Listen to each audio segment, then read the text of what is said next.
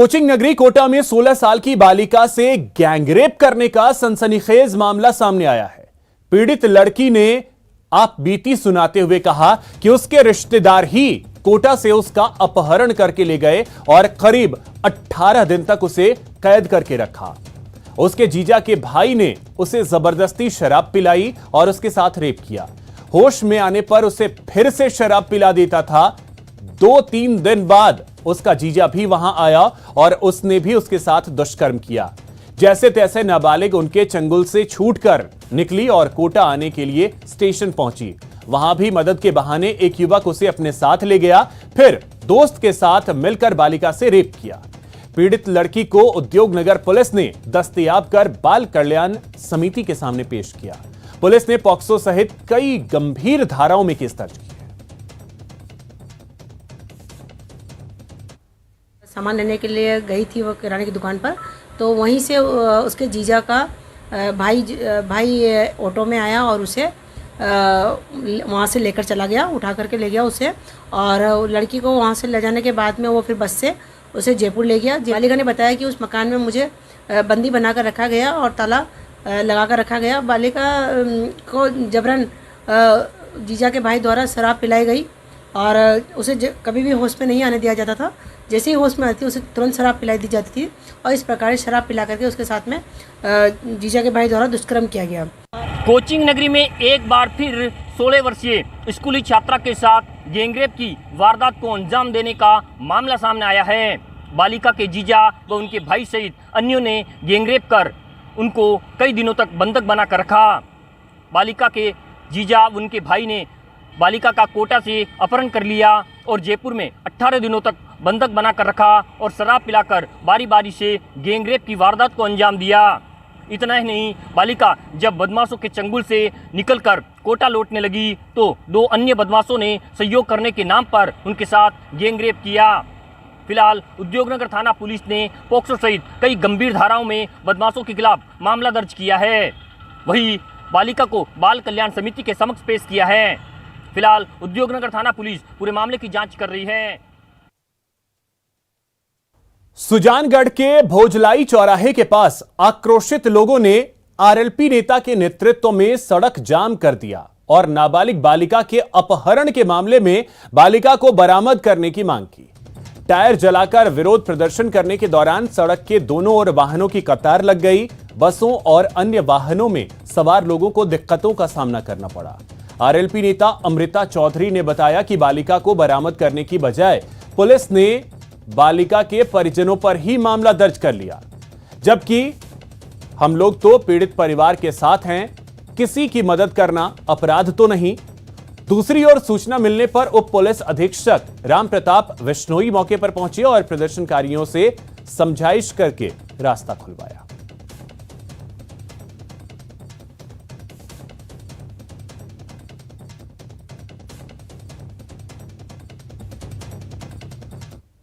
देखा एक बार से सुबह प्रकरण दर्ज हुआ नाबालिग बच्ची के अपहरण का, जिसमें प्रकरण दर्ज है और तलाश की जा रही है। उसी बात को लेकर परिवारजन तथा कुछ रिश्तेदारों ने बूंदी में एक नेपाली परिवार को पिछले कई घंटों से बंधक बनाए रखने का मामला सामने आया। नैनवा रोड स्थित आजाद बीड़ी के पुराने कारखाने में नेपाल के बल बहादुर पिछले 16 सालों से चौकीदार का काम कर रहे हैं। पीड़ित चौकीदार ने पिछले 8 साल से बकाया चल रहे अपने मेहनताना मिलने के बाद ही कमरा खाली किए जाने की बात कही थी, जिसके बाद बाइक सवार 3 नकाबपोश बदमाशों ने मेन गेट पर ताला जड़कर बंधक बना दिया।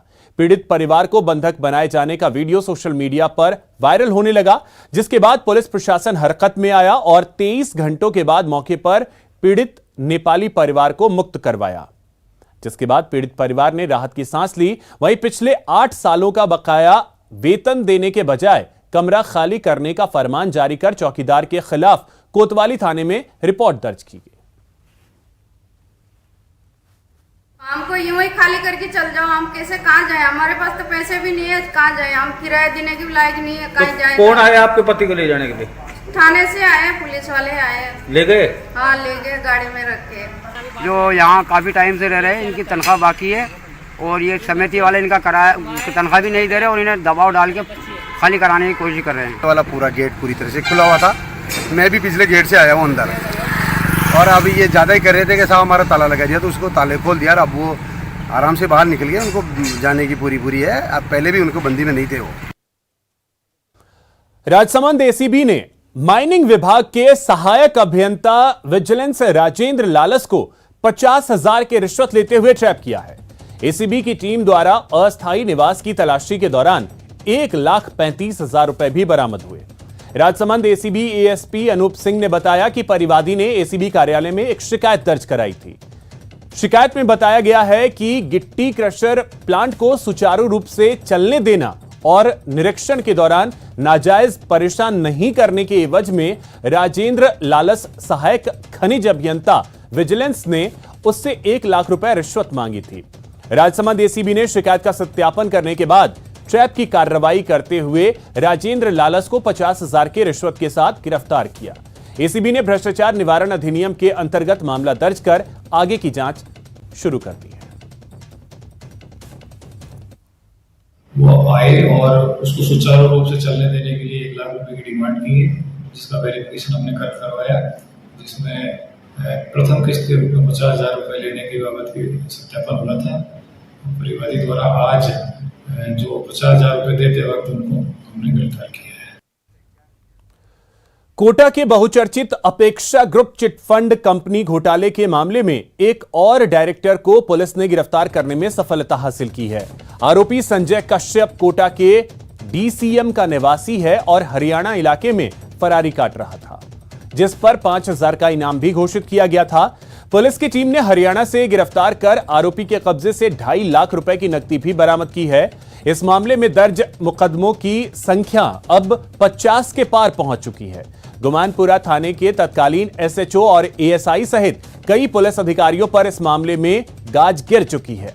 अपेक्षा ग्रुप कंपनी के खिलाफ गुमानपुरा थाने में मुकदमा दर्ज है, जिस पर आरोप है कि उसने शहर के 2,500 से ज्यादा लोगों को अपना शिकार बनाया, उन्हें उलझाकर उनसे 200 करोड़ की ठगी की।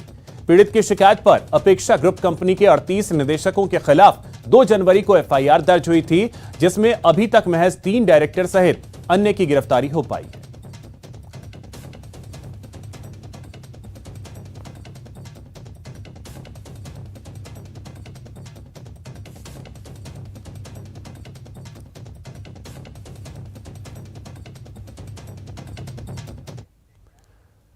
और चलिए बात करते हैं वसुंधरा राजे के झालावाड़ दौरे की।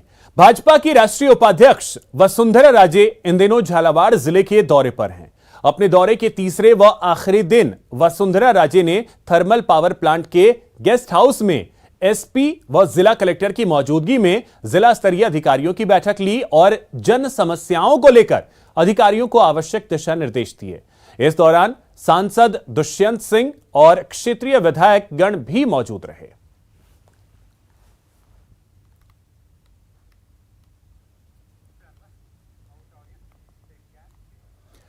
कोटा में यूडीएच मंत्री शांति धारीवाल जिला कांग्रेस की ओर से आयोजित 1 दिवसीय कार्यशाला में बतौर मुख्य अतिथि शरीक हुए। इस दौरान उन्होंने केंद्र सरकार पर जमकर हमला बोला। इस तरीके के फैसले कभी होते नहीं, कोई पाबंदी नहीं होती किसी भी। आपने पहले तो ये पाबंदी लगाई कि साहब 2 साल हारा हुआ आदमी है, उसको तीसरी बार टिकट नहीं मिलेगा, कईयों को टिकट नहीं दी। लेकिन बीकानेर की नौबत आई तो कला जी 2 बार से हारे होते तो तीसरी बार दे दिया कि क्यों दे दिया, तो दूसरे को क्यों नहीं दिया। तो इन चीजों पर फैसला होना चाहिए। ब्रेक के बाद आपका स्वागत है। राजस्थान में सरकारी स्कूलों को लेकर लोगों की सोच में परिवर्तन लाने और शिक्षा के क्षेत्र में नवाचार करते हुए राजस्थान की सरकार 3,000 की आबादी पर एक अंग्रेजी मीडियम स्कूल खोलती जा रही है। इन स्कूलों को पूरी तरह हाईटेक और ऑनलाइन बनाने का प्लान बनाया गया है। इसके लिए सरकार ने प्रायोगिक तौर पर राजधानी जयपुर के मानसरोवर में स्थित महात्मा गांधी स्कूल को हाईटेक बनाने का काम किया है। जहां से विद्यार्थी से लेकर शिक्षक और अभिभावक सब लोगों को विद्यार्थी दर्पण नामक ऐप के जरिए आपस में जोड़ दिया गया है, जिससे न केवल एडमिशन की प्रक्रिया संपन्न हो रही है बल्कि रोजाना के अपडेट और क्लासेस भी अटेंड कर पा रहे हैं। यह राज्य का ऐसा पहला स्कूल है जहां सारे कामकाज ऑनलाइन किए जा रहे हैं। एज ए रोल मॉडल के रूप में हमने इसी को लिया। आज इस स्कूल में डिजिटल की तौर पर बात करें, सभी वो सुविधाएं उपलब्ध हैं जो कि एक निजी स्कूल में कहीं पर भी अवेलेबल नहीं है। For that reason I am very thankful to Vidyarthi Darpan कि उन्होंने जैसे ही उन्होंने हमें आइडिया दिया कि we can have our admission through this app also, and for that we just had put the pictures of QR code in the school. इस बार system में ये चेंजेस थे कि इसमें स्कूल के अंदर QR कोड्स लगे हुए थे, एप्लीकेशन के थ्रू अप्लाई करना था और उससे मुझे बड़ी हेल्प मिली, क्योंकि उसमें बच्चे बहुत ज़्यादा परेशान हो गए थे कि पढ़ाई कैसे होगी, किस तरह से होगी। मगर यहाँ से जो हमें फैसिलिटी अब अवेलेबल हुई, वो फैसिलिटी इतनी अच्छी लगी कि बच्चों का कहीं भी लॉस नहीं होने के बाद भी बच्चों के मार्क्स बहुत अच्छे आए। जिस बीसलपुर बांध से जयपुर, टोंक और अजमेर को पेयजल की आपूर्ति की जाती है, उसे लेकर एक परेशान करने वाली खबर आई है। देखिए रिपोर्ट। राजस्थान की जलापूर्ति भगवान के भरोसे है। जी हां, मानसून आने को है और राजस्थान के जो बांध हैं उनका कंठ सूखने लगा है। अगर इंद्रदेव मेहरबान नहीं हुए तो राजस्थान के इन तमाम बांधों के अंदर पानी का एक बड़ा संकट खड़ा हो जाएगा। राजस्थान में पानी के हालात को लेकर स्थिति लगातार चिंताजनक बनी हुई है। आलम यह है कि प्रदेश का सबसे अहम बांध बीसलपुर लगातार सूखता जा रहा है। जी हां, जयपुर, टोंक और अजमेर की लगभग 1 करोड़ की आबादी को पेयजल की आपूर्ति करने वाले बीसलपुर बांध में अब रोज 2.5 सेंटीमीटर पानी कम हो रहा है। इस बार बांध की सेहत पर पिछले वर्ष कमजोर मॉनसून का असर भी साफ नजर आ रहा है। बीते जून के मुकाबले इस जून में 70 सेंटीमीटर यानी 1.9 टीएमसी पानी कम है। लगातार मॉनिटरिंग की जा रही है, उच्च स्तर पर मॉनिटरिंग की जा रही है। माननीय मुख्यमंत्री जी स्वयं इस बारे में चिंतित रह के कई बार पेयजल समस्या को लेकर रिव्यू मीटिंग कर चुके हैं। हम उम्मीद करते हैं कि जितने जो हमारे पास शिकायतें आ रही हैं उन शिकायतों का निस्तारण करें। हालात विकट होते जा रहे हैं। जिम्मेदारों की निगाहें अब इंद्रदेव पर टिकी है। प्रदेश का जलदाय विभाग इस उम्मीद में है कि मॉनसून में अच्छा पानी बरस जाएगा तो सब ठीक हो जाएगा। बीसलपुर में लगातार बढ़ती पानी की मांग की वजह से बांध में महज 0.242 BCM पानी बचा है। बांध की कुल भराव क्षमता का महज 22%। बीसलपुर से जुलाई के अंत तक ही पानी की सप्लाई हो सकती है। ऐसे में जुलाई के अंत तक पानी नहीं आया तो क्या होगा ये कोई नहीं जानता। जल की उपलब्धता बहुत कम। देश का 10% से अधिक भूभाग और 1.7% के आसपास सतही जल। आप अंदाजा कर सकते हैं कि राजस्थान में पेयजल की स्थिति कितनी खतरनाक है। फिलहाल इस बुलेटिन में इतना ही। नमस्कार।